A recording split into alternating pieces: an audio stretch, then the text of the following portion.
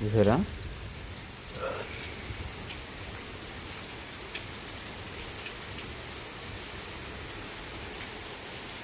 Time వచ్చేసి 1:30 అవుతుందండి, అర్ధరాత్రి. అదిగోండి పెద్ద పెద్ద ఉరుములతో అసలు ఏంది బయట ఏం జరుగుతుంది అన్నట్టుగా వచ్చిన బయటికి వచ్చేసరికి వర్షం కుమ్మేస్తుంది.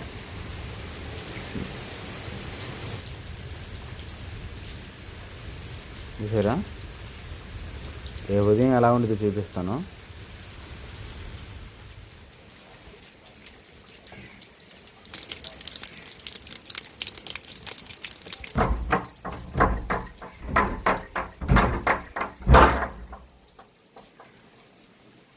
అంత గట్టిగా బీసుకుపోయిందా? అది కూడా సరే బిగిసిపోయింది అనుకుంటా. ఇప్పుడు టైం వచ్చేసి ఖచ్చితంగా 7:08 అవుతా ఉంది. ఇప్పుడు దాకా బయటకు ఎందుకు రాలేదంటే రాత్రి నుంచి తీవ్రంగా ఒకటే వర్షం అండి, ఫుల్గా. అసలు ఎంత వర్షం అంటే అసలు నా లైఫ్లో చూడలేదు ఇంత పెద్ద వర్షం. ఒక నైట్ అంతా పడడం 24 అవర్స్. అది కూడా ఈ వర్షం తుఫాన్ వచ్చేసి మొంతా సైక్లోన్ చెప్పేసి, సైక్లోన్ మొంతా తుఫాన్ చెప్పేసి అది చదువుతున్నారు న్యూస్లో ఎక్కడైనా. కొన్ని చోట్ల రెడ్ అలర్ట్ ఇచ్చారు, కొన్ని చోట్లేమో ఎల్లో అలర్ట్ ఇచ్చారు. మీరు మాత్రం జాగ్రత్తగా ఉండాలి. ఇటు శ్రీకాకుళం అలానే వైజాగ్, తర్వాత ఇటు వచ్చేసి ఇంకా తీర ప్రాంతాలు, దివిసీమ ఇవన్నీ ఉండే కదండి. ఈ ప్రాంతాల్లో జాగ్రత్తగా ఉండాలి. మీరు జాగ్రత్తగా ఉండండి. ఒకవేళ అక్కడ నుంచి చూస్తున్న వాళ్ళు అయితే ఇంకా వర్షం అయితే రాత్రి నుంచి తగ్గురుస్తూ ఉంది. ఎట్లా ఇంకో గుడ్ న్యూస్ ఏంటంటే ఇంకా 4 గంటలప్పుడు రాత్రి తీరం దాటిందంట సైక్లోన్ మొంత అయితే. అయినప్పటికీ ఇంకా వర్షం పడతానే ఉంది. ఈ తుఫాన్ నుంచి మీరు జాగ్రత్తగా ఉండాలని చెప్పేసి నేను కోరుకుంటున్నాను.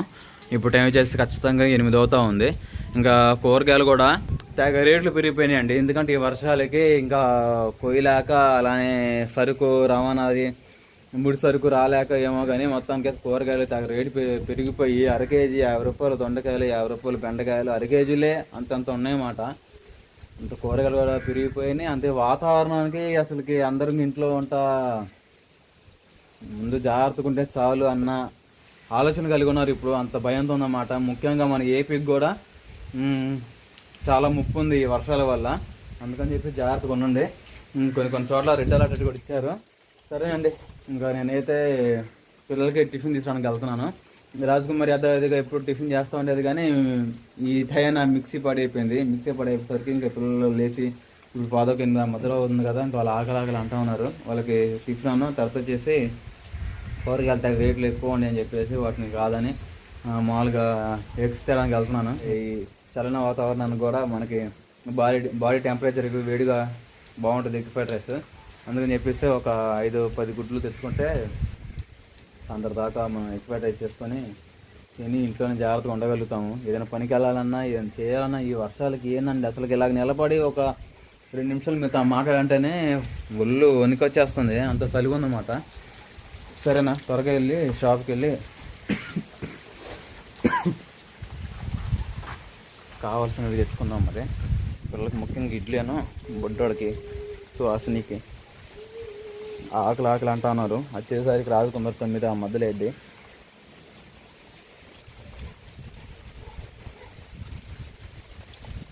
త్వరగా పోయి తెచ్చుకుందాం మరి.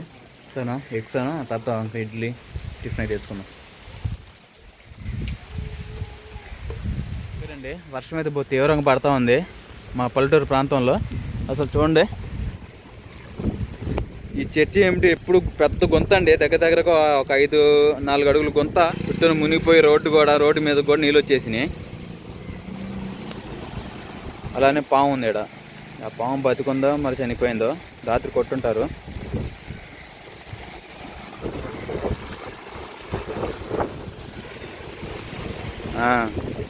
నీళ్ళు చూడు పైకి వచ్చినాయి రోడ్డు మీదకి. పాము కొట్టేసేసారు. సరే అండి, మనం త్వరగా పోయి కావాల్సింది తెచ్చుకుందాము. వర్షం మాత్రం తీవ్రంగా ఉండి మొత్తం ఇగో ఇటు మేత అవన్నీ నీళ్ళు వెళ్ళిపోతున్నాయి అన్నమాట చాలలోకి. వర్షం ఎక్కువ అవుతా ఉంది. ఇంటి నుంచి బయలుదేరి వచ్చానో లేదో 2 నిమిషాలు పూర్తిగా తడిసిపోయానండి నేనైతే. ఇక్కడికి వచ్చిన తర్వాత ఇంకా పెద్దవాళ్ళు వాళ్ళందరూ ఉంటారు కదా, ఇంకా వర్షాల గురించి ఏంది ఈ వర్షాలు అసలు ఎప్పుడు చూడలేదు, ఇంత తీవ్రమైన వర్షాలు ఇప్పుడే చూడడము, ఈ వర్షాలు ఎప్పుడు పోతాయో ఏందని చెప్పేసి చాలామంది భయపడతా అలా మాట్లాడుకుంటూ ఉన్నారన్నమాట. ఈ వర్షాలకు ఒక పంటలు కూడా నాశనం అవుతూ ఉన్నాయి అని చెప్పేసి, తెగులు ఎక్కువ వస్తాయని చెప్పేసి. ఇంకా ఏం చేస్తామని నేను కూడా ఫుల్గా ఇంకా వణుకుతూ ఉండిపోయాను అనమాట. ఇంకా పిల్లలకి టిఫిన్ అయితే ఆర్డర్ ఇచ్చేసాను. ఇంకా వచ్చేస్తాయి, వచ్చి తీసుకుని వెళ్ళిపోవాలి. తర్వాత బయలుదేరానండి. ఇంకా టిఫిన్ అయితే 2 ప్లేట్లు ఇడ్లీ అను, తర్వాత ఇంకా ఎగ్స్ అయితే ఒక 5 తీసుకుని బయలుదేరి వచ్చేసరికి ఇంకా చూడండి రోడ్డు మీద కూడా అసలుకి ఆటోలో ఎన్ని ఆగిపోయి తీవ్రంగా అసలుకి మామూలుగా లేదన్నమాట.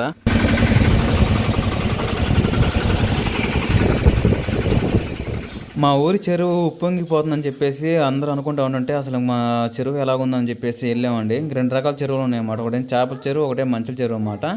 అత్యవసర పరిస్థితుల్లోనే బయటికి రండి. మా ఊరి చెరువు చూడండి ఎలా నిండిపోయిందో. వరదలు పారుతూ ఉండి ఉప్పొంగుతా ఇక్కడ దాకా వచ్చేసి గుడి దగ్గరికి వాటర్ అయితే చూడండి నీళ్ళు ఎలాగో పారుతూ ఉండేవో. చేప ఈ కాలం అంతా నిండిపోయింది. ఈ అన్న వచ్చేసి ఈ చెరువు కొనడండి పాలయ్యన్న. ఇంకా చేపలు అంత మొత్తం వరదకి పోతూ ఉండే కదా, అందుకని చెప్పేసి జాగ్రత్తగా చూసుకుంటా ఉన్నాడు అన్నమాట. అంటే వరద ఉప్పొంగి దీంట్లో వెళ్ళిపోతాయి కదా చేపలు, అందుకని చెప్పేసి జాగ్రత్త చేసుకుంటా ఉన్నాడు ముందుగానే. ఒకటే కష్టపడతా ఉన్నాడు.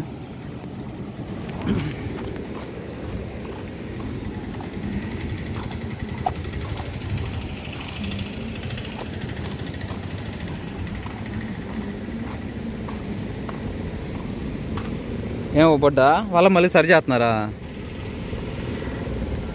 నిన్నే చూసుకోవాల్సింది, జాగ్రత్తగా ఉండేదేగా.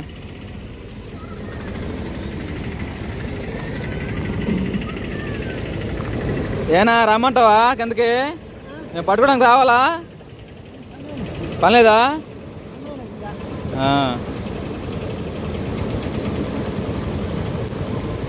నిన్నే చూసుకోవాల్సింది అన్న జాగ్రత్తగా.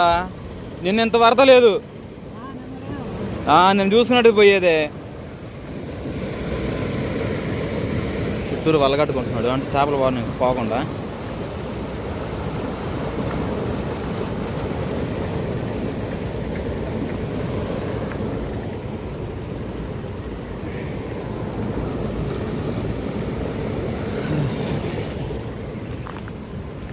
ఓకేనండి, మనం వెళ్దాం పదండి.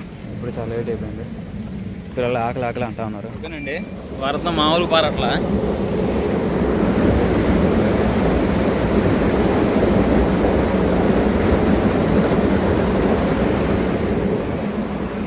వరద మామూలు పారట్లేదండి, పెద్ద వరద.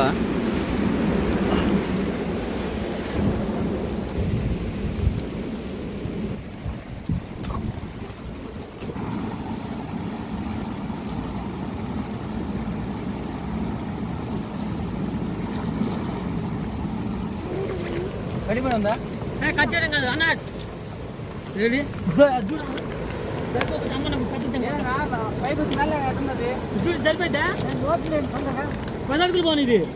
ఆ అన్న ఒక్కడే అలా కష్టపడుతుంటే, అన్న నేను దిగమంటాను అడిగితే, అబ్బాయి పర్వాలేదులే మీ తమ్ముడు త్వరగా ఫోన్ చేయి అంటే, మా తమ్ముడితో బాగా సాహసంగా ఉంటారండి.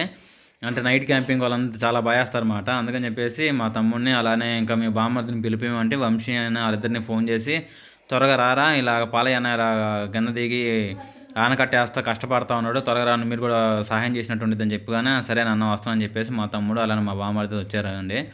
రాగానే ఇంకా మెస్ ఉంది కదా, మెస్కు సంబంధించింది ఆ కటింగ్ చేసేసి దాన్ని తీసి ఎడలపు చేసి తర్వాత దాన్ని ఇంకా ఆనకట్టకి అడ్డం చేస్తారు. అప్పుడు చేపలు చాలా వరకు పోకుండా ఉంటాయి. అందుకని చెప్పేసి కష్టపడుతున్నారు అన్నమాట. చూద్దాం ఎలా ఉండిద్దో. వచ్చిందా? వచ్చింది. ఇవ్వండి, ముందు తిరిగేసి తొక్కండి రే.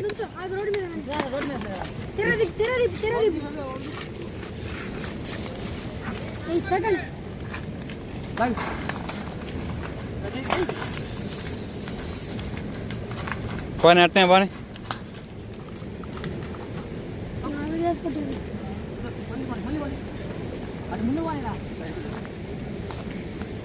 ఇంక రానండి రే.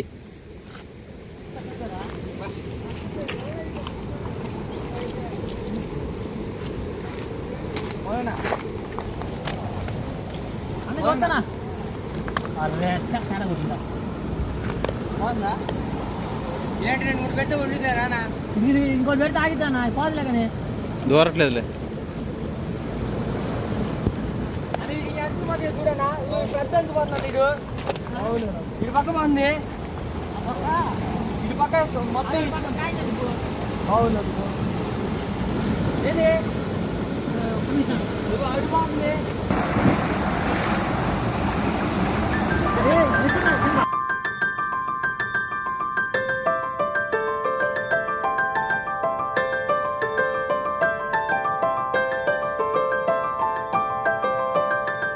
ఓకేనండి, ఇంటికి వచ్చేసాను. వరద మామూలు పారట్లేదు మా చెరువులు అయితే. సెల్లు కూడా పూర్తిగా తడిసిపోయింది. ఇంకా మా తమ్ముడు అలానే మా బామ్మది ఒకరు వచ్చారన్నమాట. వచ్చి ఇంకా వాళ్ళైతే మిస్సెట్ కింద దించుతున్నారు. చేపలు చాలా వరకు పావు అయినప్పటికీ ఒక 30% అయినా ఇంత చేపలైనా పోతాయి. ఎందుకంటే ఆ చెరువు తీసుకున్నమాట ఇంకా 10 లక్షలకి. పాపం చాలా నష్టపోయినట్టే. ఎందుకంటే ఇంత వరద ఎప్పుడు వచ్చింది లేదు, ఫస్ట్ టైం రావడం. ఏం చేస్తున్నావు? చపాతీలుగా? సరే కానీ మొత్తం అంటే అన్నగాడు పోయి ఇప్పుడు దాకా అయ్యి అందించాలి.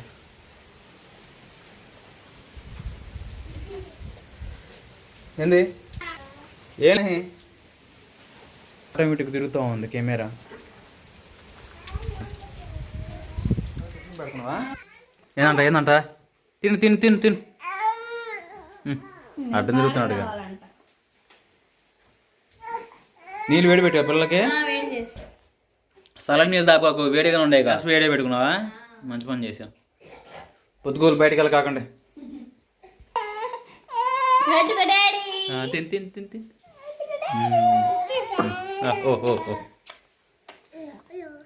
ఇంకా పిల్లలైతే టిఫిన్ చేసేసారండి. తర్వాత ఇంక నేను ఎగ్స్ తీసుకొచ్చా కదా, ఇంకా తీసుకురాగానే రాజకుమారి ఎగ్ ఫ్రైడ్ రైస్ చేసింది. ఇంక చల్లని వాతావరణానికి ఇలాంటి వేడి తింటేనే మనకి బాడీకి టెంపరేచర్ బాగుంటుంది.